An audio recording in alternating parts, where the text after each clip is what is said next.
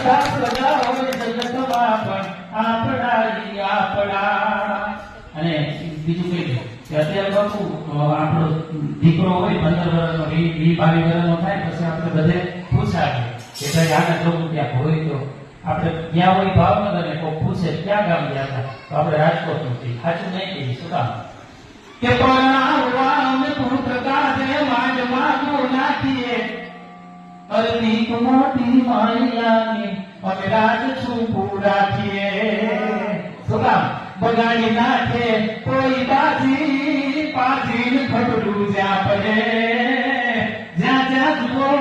જગતમાં ભાઈ આપણા આડા પડે જ્યાં જ્યાં જુઓ જગતમાં ભાઈ આપણા આડા પડે. અને એક વાત કહી દઉં અમારો